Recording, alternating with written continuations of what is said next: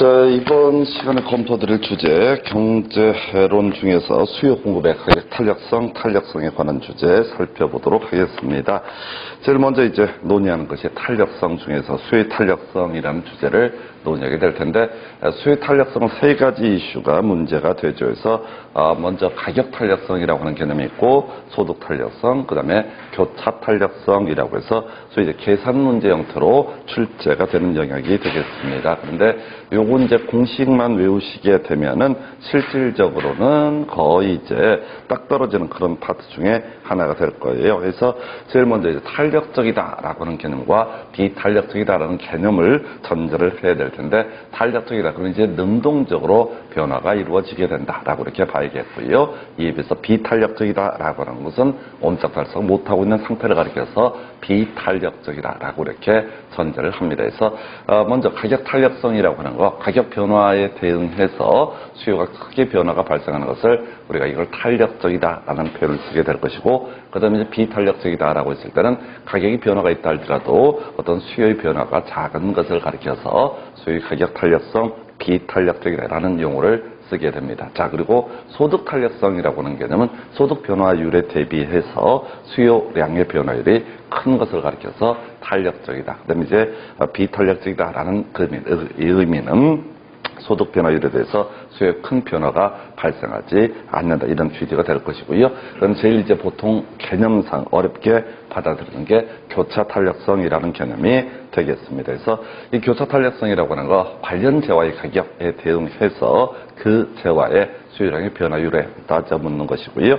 관련 재화의 가격 변화에 대응해서 그 재화의 수요량이 크게 변하면 이걸 우리가 탄력적이다라고 이렇게 평가를 하게 됩니다. 그래서 먼저 수요의 가격 탄력성부터 확인을 해볼게요. 공식 외우는 거예요, 본질적으로. 해서 자, 수요의 가격 탄력성이라고 하는 주제, 가격 변화율에 따른 그 재화의 수요량의 변화를 이렇게 정의를 하게 됩니다. 그래서 우리가 이제 기본적인 내용들을 얘기할 때는 그 재화라는 표현을 보통 빠지는데, 공부를 할 때는 자, 이렇게 의미를 잡는 게 좋겠습니다. 그래서 기본 공식이요, 가격 변화율에 따른 그 재화의 수요량의 변화율을 해서 계산 문제 형태가 일단 있게 될 것이고, 그 다음에 이제 검토하게 될 게 수요의 가격 탄력성에 영향을 주는 요인이라고 하는 것을 검토해 봅니다. 그래서 용도하고요, 기간하고요, 대체제에서 얘는 이 세 개의 지문이 구성이 되게 되는데, 오지선다형 중에서 무조건 세 개가 세팅이 되게 될 것이고요.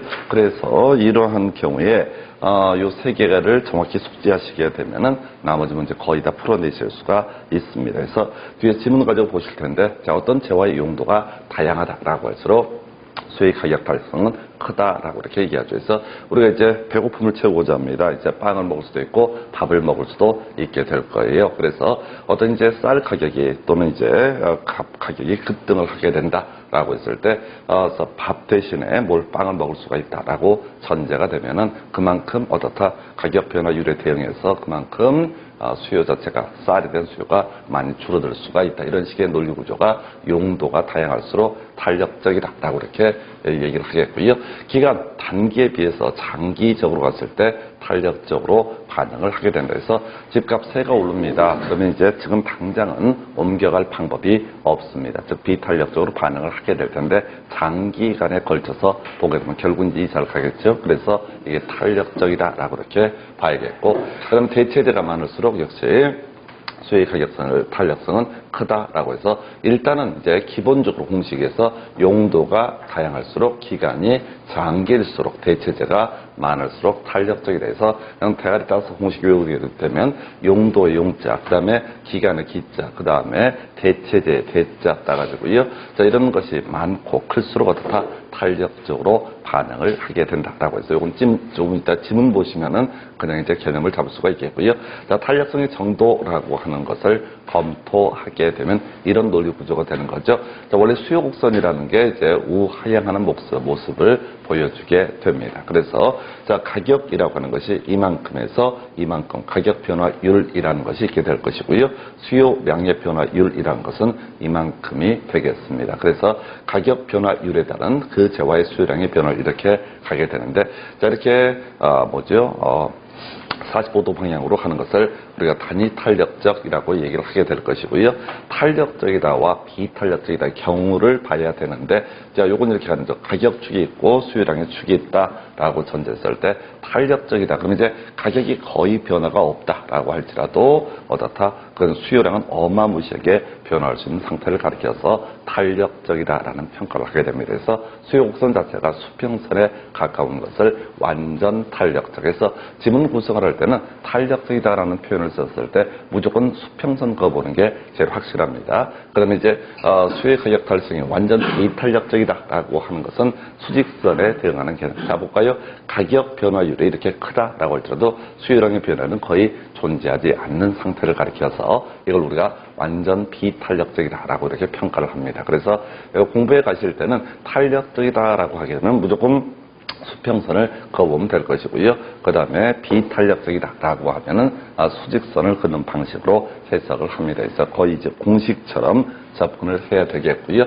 자, 그래서 요건 좀 이따 지문 가지고 보시겠고, 먼저 계산 문제 형태 자 한번 살펴보겠습니다. 그래서 자 문제를 쭉 본 다음에 교재 가지고 확인을 할 거예요. 그래서 자 수요의 가격 탄력성이라고 하는 거, 가격 변화율에 따른 수요량의 변화율을 가리켜서 수요의 가격 탄력성이라고 부르죠. 그래서 일단 기본 논의 전제, 가격이 상승하게 되면 수요량은 감소하게 될 것이고, 가격이 하락하면 수요량은 증가한다. 이게 기본 전제에서 가장 쉬운 형태의 문제가, 자 이렇게 대놓고 물어보는 거죠. 가격이 4% 인상이 되자 오피스텔 수요량이 12% 감소했다 해서, 다시요, 가격이 인상되게 되면은, 가격이 상승하게 되면 수요량이라는 것은 어떻다? 감소하는 모습. 이게 이제 수요의 곡선의 기본 구조가 되게 될 텐데, 자, 이 오피스텔 수요의 가격 탄력성을 구하시오라고 되어 있습니다. 그러면 그냥 간단한 거죠. 자, 가격 탄력성을 구하시오라고 하게 되면은, 자, 이때는 공식이 이렇게 되는 거야.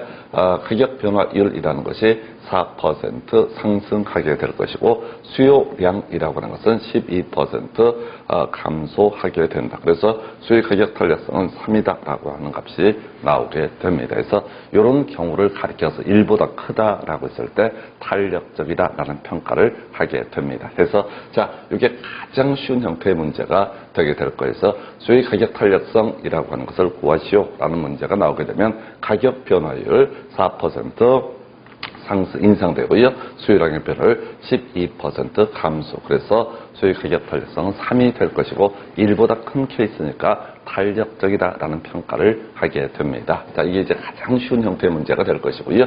두 번째 이슈를 검토할게. 자, 지금 소형 아파트의 가격, 임대료가 10% 상승하게 됩니다. 수요량 감소하겠죠. 그래서 소형 아파트의 임대 수요량은 5% 감소한다라고 되어 있어요. 자, 그리고 나중에 오피스텔의 임대 수요, 소형 아파트에 대해서 오피스텔의 임대 수요가 7% 증가했다라고 해서 첫 번째 물어보는 것이 소형 아파트의 가격 탄력성을 구하시오라고 되어 있어요. 그래서 자, 가격 탄력성이라고 하는 거, 가격 변화율에 따른 가격 변화율에 대한 수요량의 변화를 해서 이 가격 변화율이라는 것이 될 것이고, 그 재화의 수요량의 변화율, 이렇게 정의를 하게 됩니다. 자, 그래서 지금 보게 되면은 가격 변화율이 10% 상승하게 됩니다. 자, 10% 상승하면 수요량은 일단 감소하게 될 것인데, 얼마? 5% 감소한다라고 되어 있어요. 그래서 결과적으로 0.5라는 값이 나오게 될 것이고요. 얘는 1보다 작으니까 비탄력적이다라고 이렇게 해석을 합니다. 그래서 처음에 논의할 것이 바로 이 소형 아파트의 가격 탄력성이라고 하는 거 0.5라는 값을 보여주게 된다. 이게 이제 하나의 축이 되게 될 것이고, 두 번째, 소형 아파트와 오피스텔의 관계를 따지시오라고 되어 있어요. 자, 먼저 소형 아파트의 가격이 상승하게 됩니다. 소형 아파트의 가격이 상승하게 됩니다. 자, 그리고 오피스텔이라고 하는 것에 보게 되니까 다른 거 빼버리고 수요가 증가하게 된다라고 이렇게 수요가 증가한다라고 표시를 하고 있습니다. 그래서 자, 그럼 이제 항상 대체제라고 한다면 이라는 게 전제가 돼야 돼요. 만약에 소형 아파트하고 오피스텔의 관계가 대체제다라고 하게 되면 자 지금 이제 소형 아파트를 갈 수도 있고 오피스텔을 갈 수도 있는 상태입니다. 그래서 자 소형 아파트 가격이 상승하면 수요라고 하는 것은 어떻다? 분명히 감소하는 모습을 보여주게 될 것이고 수요가 감소했는데 이쪽에 수요가 증가했다라고 하는 얘기는 결과적으로 이 오피스텔하고 소형 아파트의 관계는 어떻다? 대체제 관계이다. 이런 의미로 해석을 합니다. 자, 작년에 드디어 이제 보완제가 한번 출제가 되긴 했었는데 그건 특이한 케이스고 대부분의 문제는 대체자의 문제로 다 귀결되게 됩니다. 그래서 자, 이걸 정리하면 이런 식의 논리 구조가 되는 거죠. 그래서 수요의 가격 탄력성, 자, 가격 변화율에 따른 그 재화의 수요량의 변화를 해서 이 문제에서는 가격 변화율 10% 상승이라고 주어져 있고요. 그러면 수요량의 변화율 5% 감소라고 되어 있습니다. 그래서 결과적으로 수요의 가격 탄력성은 0.5라는 값이 나오게 될 것이다. 라고 이렇게 해서 요 이제 우리가 비탄력적이다 해서 아까 우리 수요의 가격 단위 탄력적인 케이스를 1로 봤었고요. 1보다 작게 되면 어떻다? 비탄력적이다. 이런 평가를 하게 됩니다. 그리고 이미 본 것처럼 소형 아파트의 가격이 상승하니까 소형 아파트는 수요가 감소하게 될 것이고 소형 아파트는 수요가 감소했는데 보니까 오피스텔의 수요는 증가했다라고 되어 있습니다. 그럼 이제 소형 아파트하고 오피스텔의 관계는 대체제이다 해서 문제를 구성하는 유형 제일 유치한 형태 문제가 그냥 대놓고 가격 탄력성을 구하시오. 그 다음에 이제 같이 맞물려가는 문제 형태가 이렇게 보완제냐 대체제냐를 묻는 것도 하나의 문제 유형이 되게 될 것이고요. 그 다음에 이제 3번문 세 번째 형태 오피스텔 가격이 4% 인상됐다. 수요의 가격 탄력성이 2라고 주어졌을 때 수요량의 변화율로 그냥 공식에 그대로 대입하는 거예요. 자, 먼저 오피스텔 수요의 가격 탄력성 2라고 하는 것이 주어져 있고요. 자, 가격 변화율 4% 인상 이렇게 되게 됩니다. 4%가 상승하는 모습을 보여줘요. 그러면 일단 다른 건 다 빼버리고 수요량은 일단 감소하는 모습을 보여주게 될 것이다. 그리고 2가 나오려면 얼마? 8%라는 것이 나와야 된다. 그래서 이때 수요량이라고 하는 것은 수요량은 결과적으로 8% 감소라고 하는 것이 이 문제의 답이 됩니다. 그래서 처음 이제 공부하실 때 제일 힘든 것 중에 하나가 상승하면 어떻다? 수요량은 감소하게 된다. 요거 기계적으로 대입하셔야 돼요. 숫자만 보통 이제 급한 마음에 보다 보면 이게 실수하기 좋은 부분 중에 하나가 되겠습니다. 그래서 자, 요 얘기를 가지고 정리하게 되면 수요 가격 탄력성 미리 2라고 주어져 있고요. 그 다음에 이제 가격이 4% 인상이라고 주어져 있습니다. 그리고 수요량의 변화를 물어봤어요. 그래서 8%가 되게 될 텐데 문제는 가격이 인상되게 되면 수요량은 감소하기 때문에 8% 감소라는 값이 나오게 된다. 이렇게 해서 하나의 문제. 그래서 지금 물어봤던 것이 가격 변화율하고 수요량의 변화를 주면서 지금 이제 가격 탄력성을 구하시오라는 문제도 구성이 됐었고요.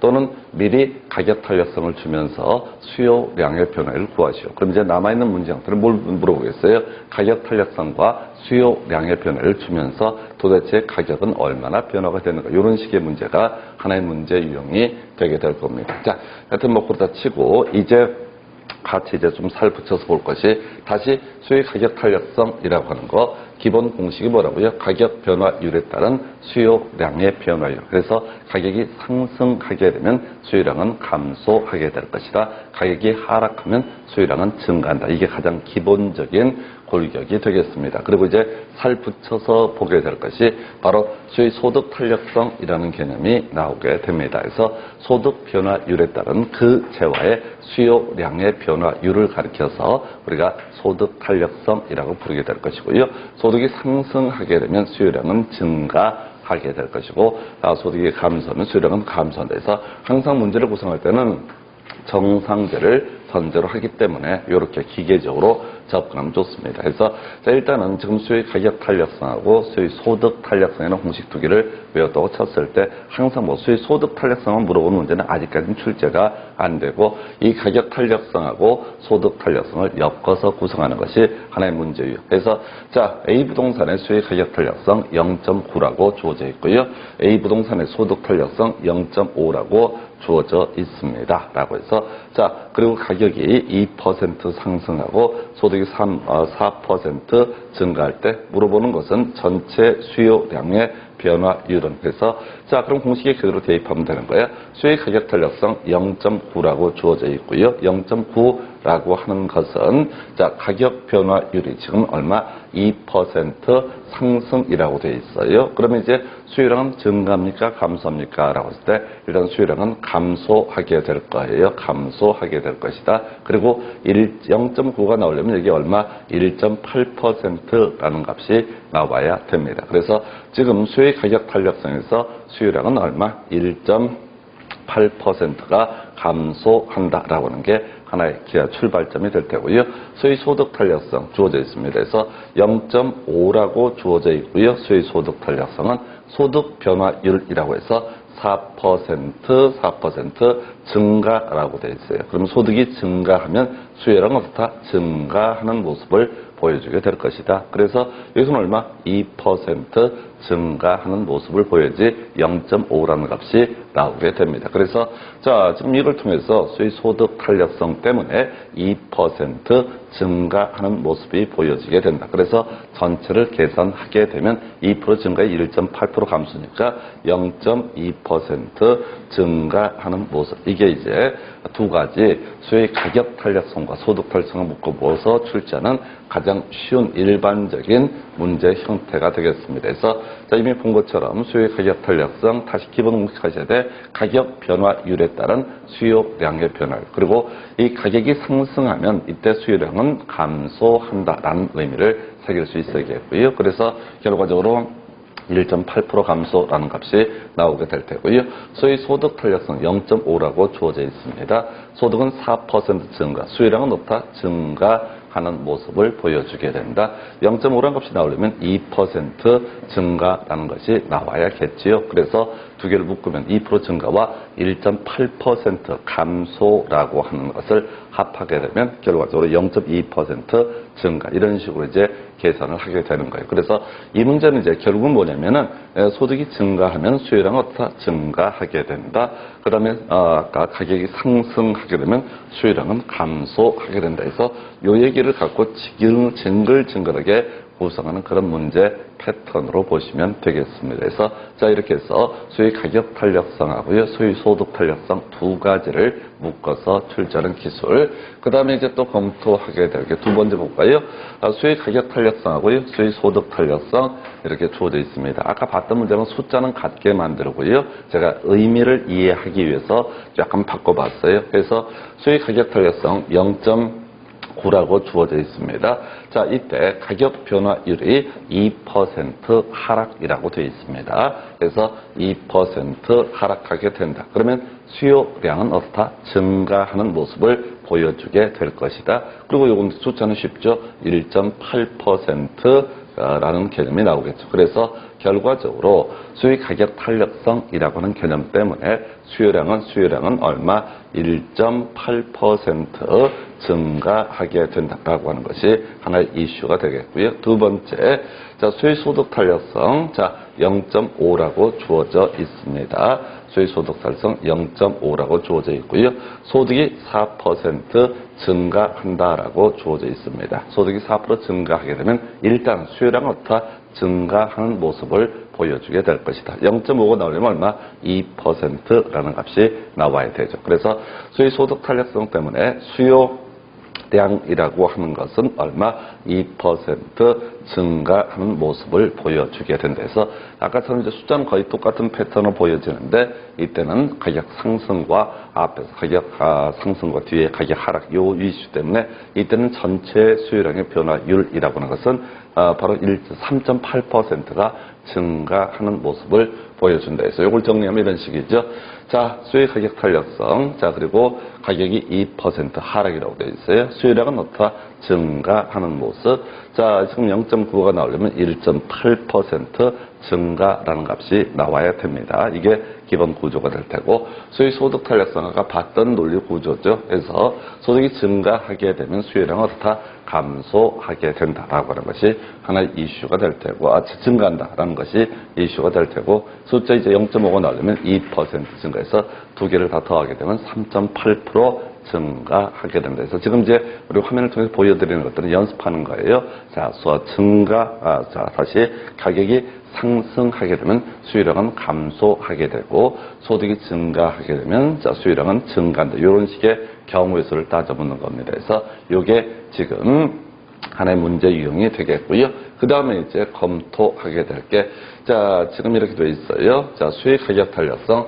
0.8이라고 되어 있습니다. 수익 소득 탄력성 0.5라고 주어져 있어요. 그리고 이 부동산의 가격이 10% 상승했는데, 자, 비부동산의 전체 수요량은 2% 증가했다 해서 물어보는 게 소득 변화율을 따지시오라고 되어 있어요. 그냥 공식에 그대로 대입하면 되는 거예요. 먼저 수익 가격 탄력성이라고 하는 것을 따져 묻게 되면은, 자, 탄력성 중에서 수익 가격 탄력성을 따지게 되면 가격 변화율에 따른 수요량의 변화. 그래서 가격이 지금 얼마 10% 상승했다라고 이렇게 되어 있습니다. 가격이 10% 상승했어요. 그러면 수요량이라고 하는 것은 수요량은 얼마 감소하는 모습을 보여주게 될 텐데, 가격이 상승하면 어떻다? 수요량은 감소하게 된다. 근데 주어진 값이 0.8이라고 주어져 있어요. 그러면 이때는 얼마? 8%가 감소하게 된다라고 하는 거예요. 그래서 수요 가격 탄력성 때문에 자, 수요량이라고 하는 것은 8% 감소라고 이렇게 되어 있습니다. 자, 한편 수요 소득 탄력성에 관한 주제를 가지고 분석을 하게 되면, 자, 지금 물어보는 게 소득 변화율을 물어봤어요. 소득 변화율. 얘는 모르겠는 거야. 그리고 나서 지금 자, 뭐가 있었지? 얘는 얼마를 주고 있냐면 0.5라는 값을 주고 있고요. 자, 지금 이 자리에 들어갈 게 뭐냐가 이제 문제가 되게 되는 거죠. 그래서 아까 우리 전체 수요량은 얼마? 2% 증가라고 되어 있습니다. 근데 앞에서 수익 가격 탄력성 때문에 8% 감소라는 값이 나왔거든요. 전체가 2%가 증가하기 위해서는 여기 얼마? 10%가 바로 증가해야지, 10%가 증가해야지 전체 2% 증가하는 모습을 보여주게 됩니다. 그래서 요거 찾아내는 거, 10% 증가 찾아내는 거. 그래서 결과적으로 여기 이제 여기 20%가 돼야지 0.5가 될 텐데, 지금 수요량이 증가한다는 얘기는 소득도 다 증가하게 된다라고 하는 의미를 갖게 됩니다. 그래서 자, 이 문제는 자, 이 두 개를 엮으면서 아까는 전체 수요량의 변화를 따져 물으시오 이런 식의 문제였었고, 이제는 조금 어려워지는 문제 해서 자, 요걸 이제 정리해 놓은 걸 보게 되면 이렇게 얘기를 하게 되죠. 그래서 먼저 수익 가격 탄력성 0.8이라고 주어져 있고요. 가격이 얼마? 10% 상승한다. 그럼 이제 수요량은 어떻다?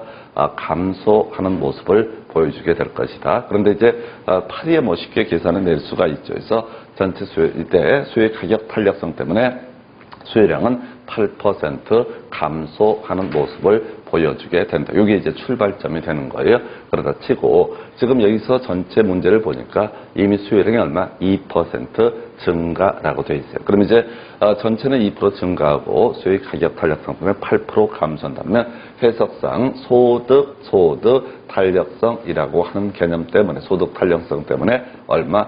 자, 수요량이 10%가 증가하게 된다라는 개념을 추론낼 수 있겠고요. 그래서 요게 이제 전제가 돼서 대입을 하게 되면 수요 소득 탄력성 자 0.5라고 주어져 있는 상태고요. 그 다음에 우리는 수요 소득 때문에 10% 증가한다는 사실을 앞에서 확인했습니다. 그러면 이제 결과적으로 증가한다는 얘기는 소득도 다 증가한다라는 의미로 봐야겠고, 0.5라는 값이 나오게 되려면 소득은 얼마? 20% 증가해야지 0.5라는 값을 물어볼 수 있다 해서 이렇게 해서 지금 이제 두 번째 문제예요. 그래서 가격 탄력성하고요, 소득 탄력성을 엮어서 구성하는 거에서 기본 구조 다시 가셔야 돼. 수익 가격 탄력성이라고 하는 거 가격 변화율에 따른 그 재화의 수요량의 변화율을 의미하게 될 것이다. 이게 이제 기본 구조가 되게 될 것이고, 그래서 가격이 상승하게 되면 수요량은 감소하게 된다. 가격이 하락하게 되면 수요량은 증가하게 된다. 이게 이제 하나의 구조가 되게 될 것이고, 소득 탄력성이라고 하는 항상 정상자를 전제로 문제가 구성이 되기 때문에 소득이 증가하게 되면은 이때 수요량이라고 하는 것은 증가하게 될 것이고, 소득이 감소하게 되면 수요량은 감소한다. 이런 식의 구조가 되겠습니다. 그래서 이렇게 하나 보셨고, 거의 비슷한 문제 숫자 똑같이 해놓고 순서를 바꿔봤어요. 자, 지금 이제 수익 가격 탄력성 0.8이라고 주어져 있는 상태가 되겠고요. 그러면 수의 소득 탄력성 0.5라고 주어져 있습니다. 자, 가격이 10% 하락이라고 되어 있습니다. 그래서 수의 가격 탄력성 가지고 가봐야 되죠. 가격 탄력성을 기준으로 살펴보게 되면 자, 가격이 10% 하락하게 됩니다. 그럼 수요량은 다 증가하는 모습을 보여주게 될 것이다. 자, 그래서 주어진 데이터가 0.8이라고 되어 있으니까 이때는 얼마? 8% 증가라고 하는 개념을 만들어내게 됩니다. 그래서 수의 가격 탄력성 때문에 수요량은 얼마? 8% 증가라는 모습을 보여주게 될 것이고요. 자, 그럼 전체 수요량을 보니까 2% 증가라고 주어져 있습니다. 자, 그러면 이제 해석을 통해서 소득 탄력성 때문에, 이 데이터가 두 개가 있으니까 소득 탄력성 때문에 얘가 8% 증가했는데 2% 증가했다라고 하려면 여기서 소득 탄력성은 얼마? 6% 감소가 돼야지 전체가 얼마?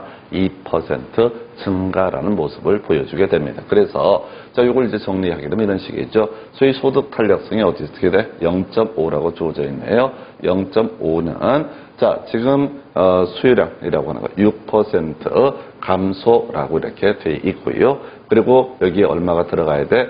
12%가 들어가야지 0.5라는 값이 나오게 될 텐데 문제는 자, 요게 수요량이 감소했다는 얘기는 소득도 다 감소했다라는 의미를 가지고 있습니다. 그래서 결과적으로 이때는 소득은 얼마?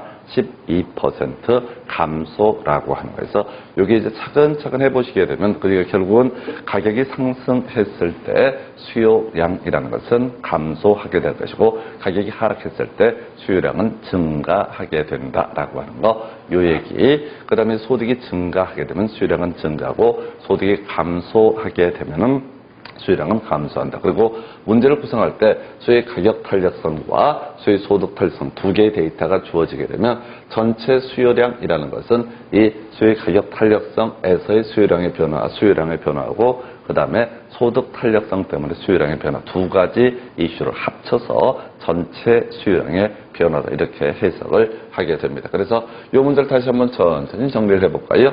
자, 수의 가격 탄력성 0.8이라고 주어져 있고요.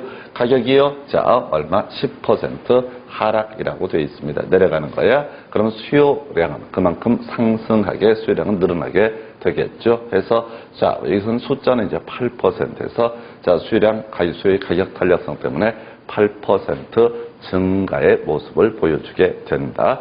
자, 그리고 나서 검토해야 될 게 수요의 소득 탄력성. 자, 여기서 이제 이미 우리가 알고 있죠. 왜?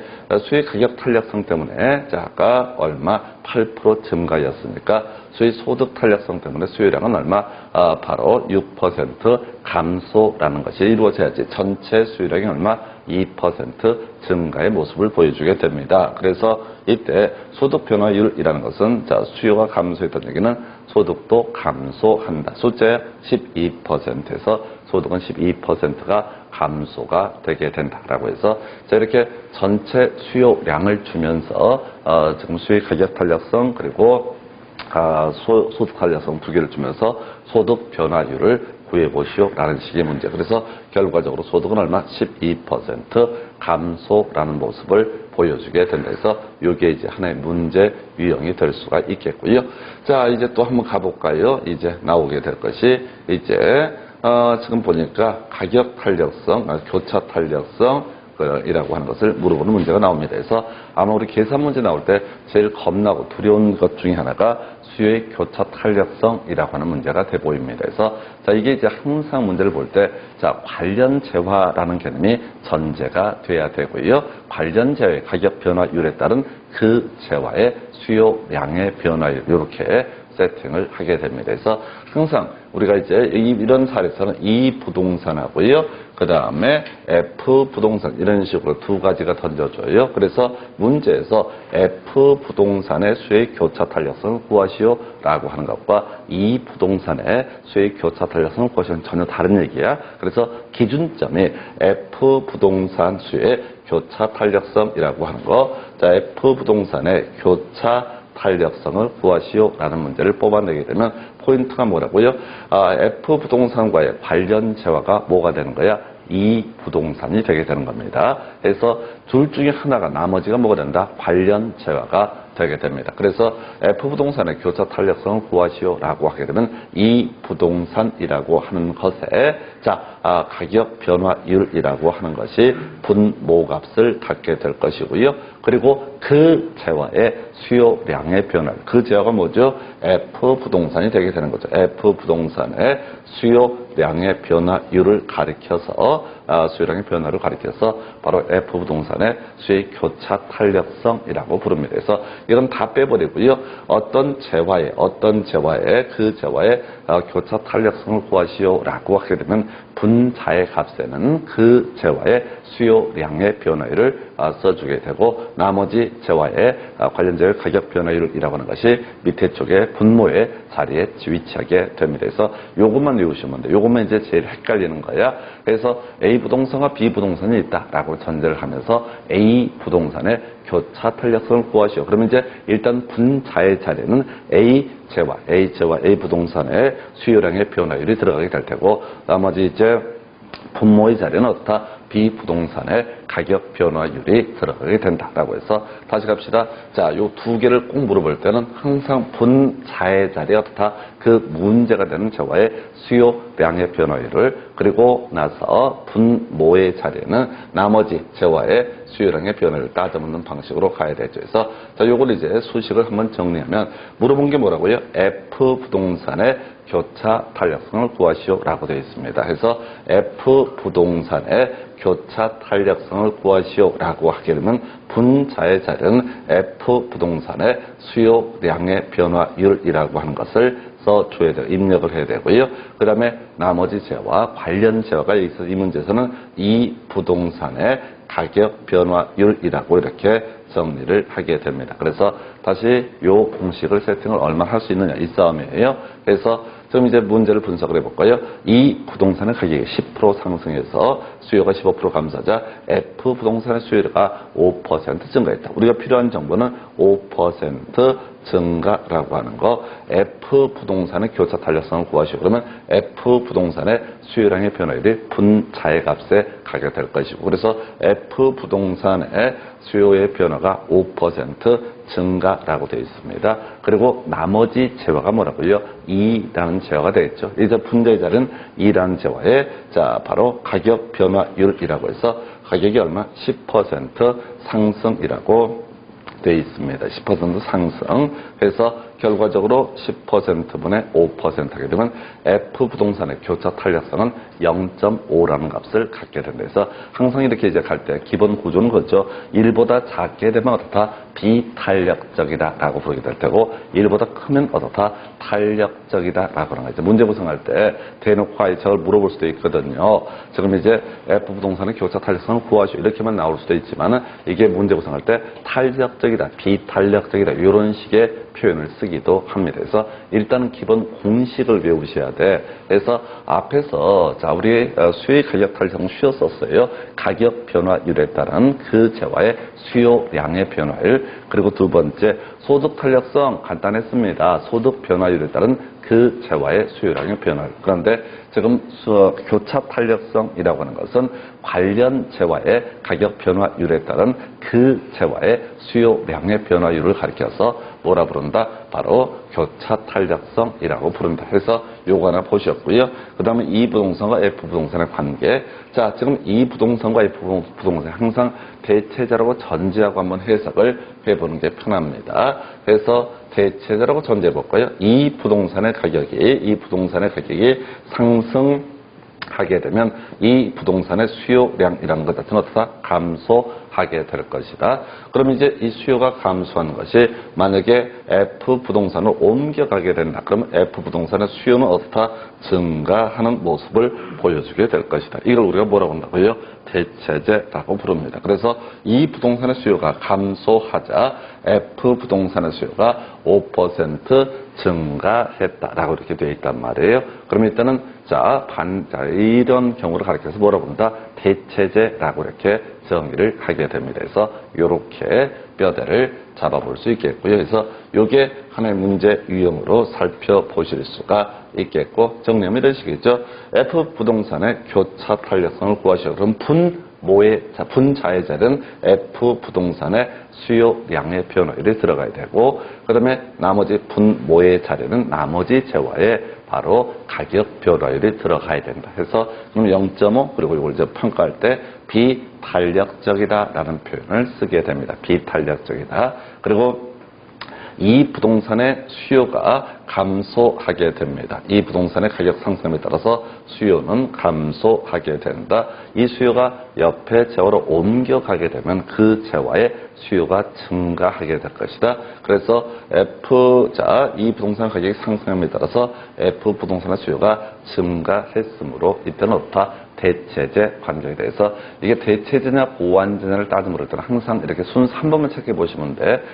미리 문제를 보실 때 이 관계를 가지고 보면 헷갈리니까 대체제라고 전제하고 A 부동산과 B 부동산의 관계를 따질 때 A 부동산의 가격이 상승함에 따라서 B 부동산의 수요가 증가했다라는 얘기는 수요가 옮겨갔다라는 의미를 가지고 있기 때문에 이때는 바로 대체제 관계이다라고 하는 거에서 이게 경제론 파트고 우리가 이제 사실은 계산 문제 형태들을 보게 되면 그렇게 시간들이 많이 걸리지 않습니다. 시간들이 안 걸리는데 계산 문제만 나오면은 사람들이 울렁증 비슷한 게 있어요. 그래서 말씀드리자면 처음에 이제 중개사 관련해서 물어볼 때 상담할 때 저희가 얘기 들으면 두 가지를 물어봐요. 첫 번째, 한자가 많이 나오나요? 한자를 저는 잘 모르는데요.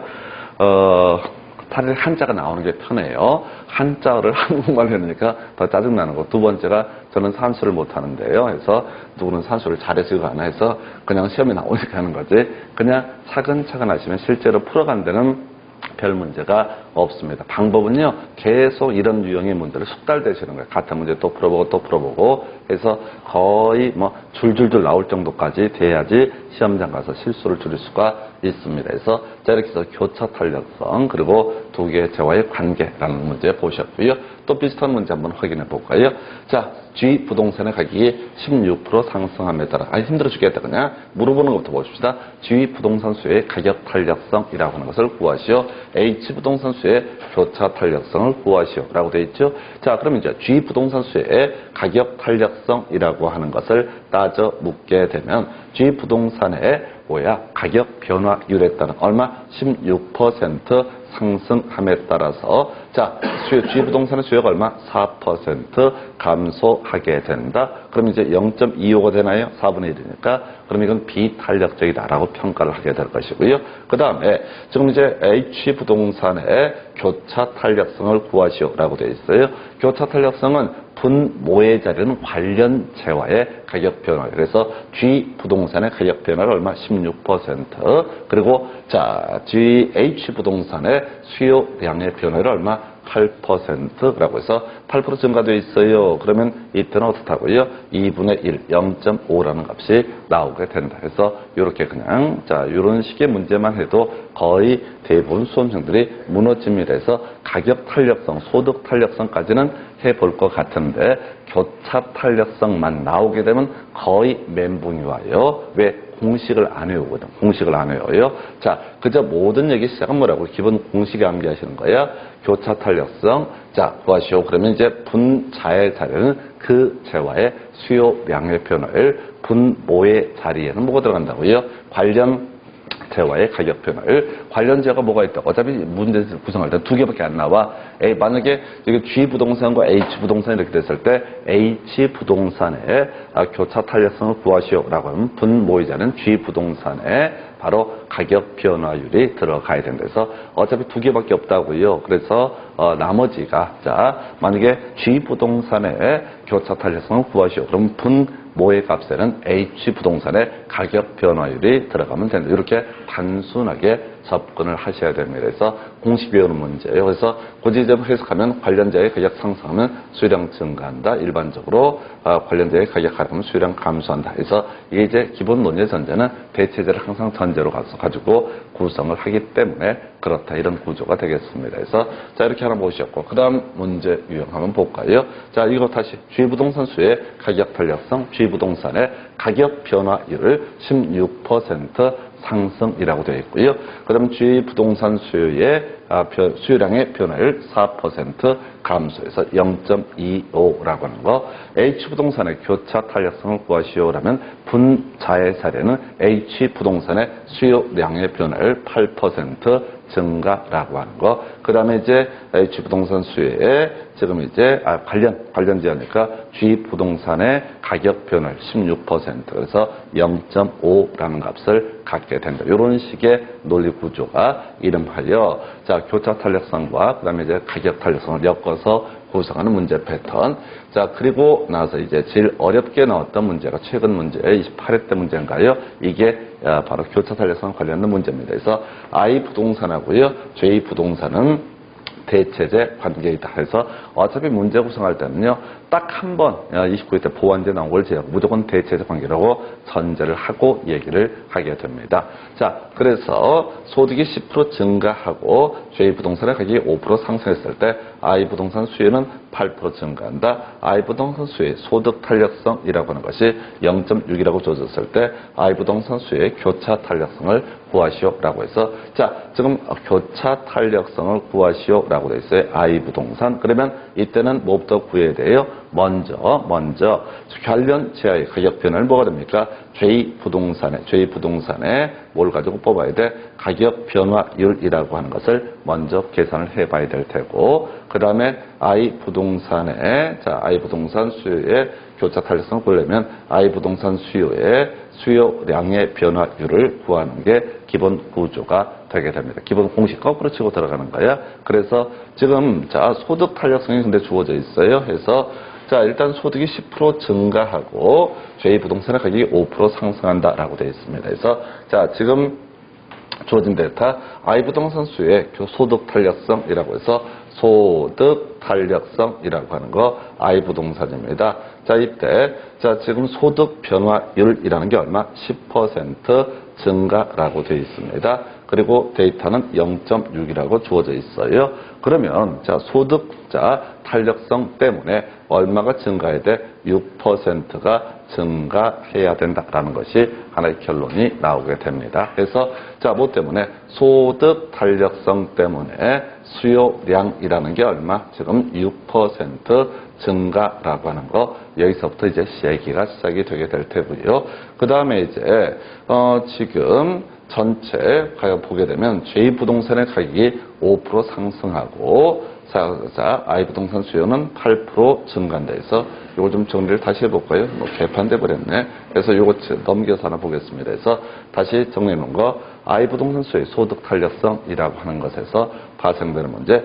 자 지금요 소득 탄력성은 소득 증가율 변화율 10% 증가라고 주어져 있고요. 그리고 이제 0.6이니까 I 부동산 수요의 소득 탄력성 때문에 자 I 부동산에 대한 수요는 6% 증가라고 하는 거. 요건 일단 기본이 되셨고요. 그런데 지금 이제 I 부동산 수요가 8%가 증가한다라고 되어 있습니다. 그러면 이제 뭐 때문에 교차 탄력성. 자 교차 탄력성 때문에 얼마? 2%가 증가해야지 전체가 얼마? 8%가 증가한다. 이런 문제가 되게 됩니다.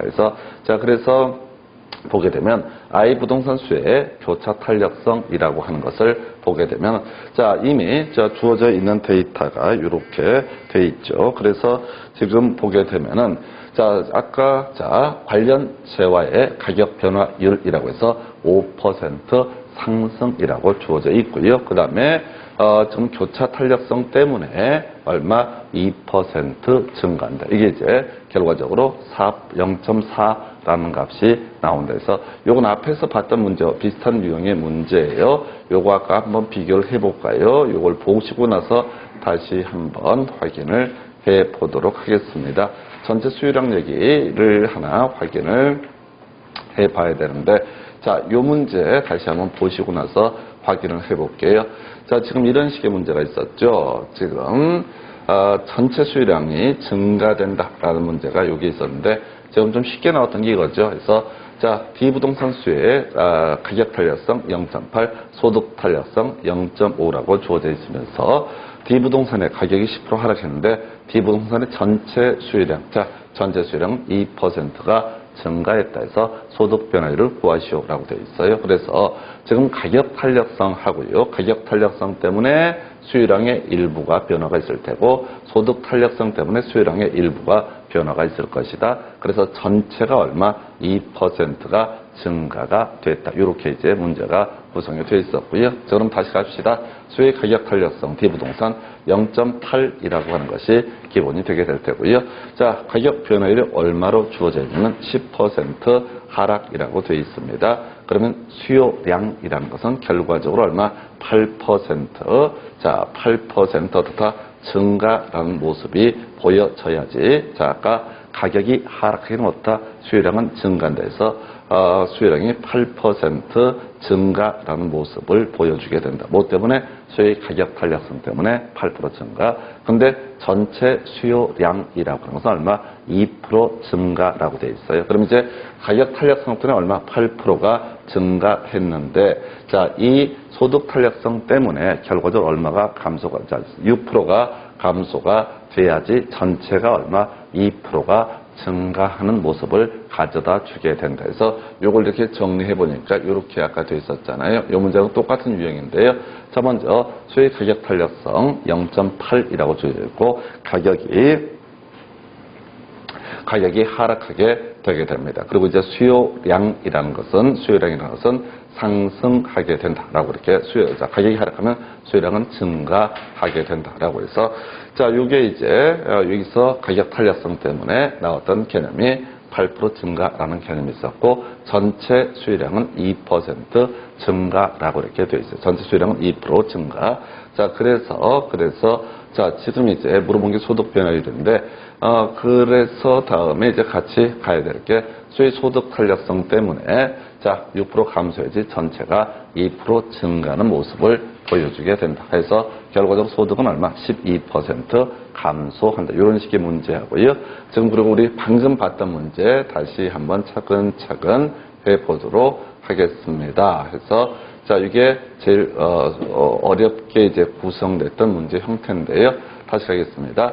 자, 소득이 10% 증가하게 됩니다. 그리고 자, 지금 I부동산 수요라고 하는 것이 8%가 증가한다고 되어 있어요. 그래서 8% 증가분에는 자, 첫 번째 소득의 증가, 소득 탄력성과 관련해서 하나 이슈가 되겠고요. 여기서 또 주어진 데이터를 보니까 교차 탄력성 때문에 또 문제가 될 수가 있다. 해서 자, 지금 보니까 소득이 10% 증가하고 J부동산의 가격이 5% 상승했을 때 I부동산 수요는 전체가 8%가 증가한다라고 되어 있습니다. 그래서 이 8% 증가에 영향을 미치는 요인들이라고 하는 것은 하나는 뭐가 된다고요? 소득이라는 개념이 될 것이고 하나는 J부동산의 가격 상승과 같은 교차 탄력성 때문에 문제가 될 수가 있습니다. 그래서 주어진 데이터 I부동산 수요의 교소득 탄력성이 0.6이다라고 이렇게 주어져 있어요. 그래서 자, 주어진 데이터를 활용하니까 0.6이라고 하는 것은 소득 탄력성 얼마? 자, 소득 변화율이 얼마죠? 10% 증가하게 될 것이고, 그러면 소득이 증가하게 되면 수요량은 어떻다? 역시 증가하는 모습을 보여주게 될 것이다. 0.8이 나오려면 8% 증가라는 값이 나와야 되겠고요. 그래서 여기서 첫 번째, 자, 지금 다시 만나 6%구나. 6%에서 6% 증가라고 하는 것이 수의 소득 탄력성 때문에 6% 증가라는 값이 나오게 됩니다. 이게 이제 하나의 축이 되게 될 것이고, 그 다음에 이제 수의 교차 탄력성이라고 하는 것을 구하시오라고 되어 있거든요. 그래서 지금 아까 8% 증가라고 되어 있어요. 그래서 지금 소득 탄력성 때문에 얼마? 6%가 증가하고 교차 탄력성 때문에 얼마? 2%가 증가해야지 어떻다? 전체가 8%가 증가하게 됩니다. 그래서 요거를 정리를 하게 되면은 자, 지금 자, 뭐 있었지? 지금 I부동산 수의 교차 탄력성을 구하시오라고 되어 있거든요. 그래서 I부동산 교차 탄력성이라고 하는 거, I부동산 수의 교차 탄력성이라고 하는 거, 먼저 가격 변화율이라고 하는 것이 하나의 이슈가 되게 될 것이고요. 근데 어떤 가격 변화율? 관련재와의 가격 변화율. 그럼 이제 여기서 뭐가 됩니까? J부동산의 가격 변화율이 분모가 되게 될 것이고, 그 다음에 I부동산의 교차 탄력성이라고 하는 거, 이게 아까 얼마가 돼요? 2%가 돼야지 전체 8%가 증가가 되게 된다. 그런데 이 J부동산 가격의 가격 변화율이 얼마? 5% 상승이라고 돼 있죠. 그래서 5분의 2 하게 되면 I부동산 수의 교차 탄력성은 0.4라는 식으로 구성합니다. 그래서 이거 다시 한번 정리를 해볼 거예요. 이게 제일 어려웠던 문제가 되게 되는데, 자, 일단은 수요 전체가 얼마? 8% 증가한다. 이 8% 수요 증가에 영향을 미치는 요인이라고 하는 것은 두 가지가 있다고요. 하나가 소득이라는 개념이 하나가 있겠고, 하나가 제2부동산의 가격이라고 하는 것이 하나의 요인이 되게 된다. 그래서 두 가지 요소가 이슈가 있겠고요. 그래서 주어진 데이터 소득 탄력성이라고 하는 것을 기준으로 보게 되면 10% 소득이 증가한다. 그래서 소득 때문에 결과적으로 수요량은 얼마? 6% 증가라는 값이 나오게 된다. 그러면 이제 결국 아까 전체가 8%였으니까 교차 탄력성 때문에 얼마? 2% 교차 탄력성 때문에 2%가 증가하게 된다. 그래서 자, I부동산 수의 교차 탄력성, 자, 관련재와 J부동산의 가격 변화율 5% 분의 그 재화의 수요량의 변화율 2%에서 얼마? 0.4라는 값이 나오게 된다. 이 정도가 지금 이제 가장 어려웠던 문제가 되겠습니다. 그래서 하여튼 이래 가십시다. 수요량이 몇 프로가 증가한다 라는 표현이 나오게 되면 항상 뭘 생각해야 돼? 자, 이것에 영향을 미치는 요인이 무엇이냐 해서 저에게 주어진 데이터를 보면 소득 얼마? 10% 증가, 그 다음에 관련 재화 가격 얼마? 5% 상승. 이런 두 가지 요소 때문에 전체 수요량이 이 문제에서는 8%가 증가가 하게 된다. 이런 식의 논리 구조가 되게 됩니다. 그래서 자, 이렇게 해서 하나 확인을 해 보셨고요. 예, 그 다음에 예, 여기까지 보시고 공급의 가격 탄력성까지 확인을 해 드리겠습니다. 자, 공급의 가격 탄력성 되게 간단해요. 그래서 자, 요건 이제 출제 빈도가 떨어지는 파트가 되겠고요. 이 가격 변화율에 따른 공급량의 변화율이라고 하는 것이 공급의 가격 탄력성이라는 개념이 되겠습니다. 그래서 이 가격이 상승하게 되면 공급량이라는 것은 당연히 증가시키게 될 것이다. 가격이 하락하게 되면 공급량을 감소시키게 될 것이다. 라고 해서 자, 아까 우리 앞에서 수요의 가격 탄력성에 영향을 미치는 요인이라고 하는 게 용도라든가 그 다음에 기간이라든가 그 다음에 대체재 숫자에서 용기 대다 해서 용도가 다양할수록 기간이 장길수록 대체재가 많을수록 탄력적이다 이렇게 봤던 데 비해서 얘는 좀 간단해요. 지금 가지고 이제 분석을 해야 될 텐데 자, 지금 공급 기간을 가지고 봤을 때 기존의 주택을 공급하고자 합니다. 그래서 자, 이런 얘기죠. 내가 지금 집값이 올라가게 되면 내 집을 어떻다? 팔 수가 있다. 이때는 어떻다? 탄력적으로 반응을 하게 된다라고 할 것. 이에 비해서 자, 신규 건설에서 공급하는 주택은 당연히 비탄력적으로 반응하게 될 것이다. 자, 용도 전환, 기존자 용도 전환이 쉽다라고 하면 어떻다? 탄력적으로 반응하게 될 것이다. 용도 제한이 어렵다 그러면 이제 비탄력적으로 반응한다. 그리고 건축 규제가 앞으로 완화가 된다. 그러면 탄력적으로 공급량을 가격의 변화에 따라서 당연히 늘릴 수가 있을 것이다.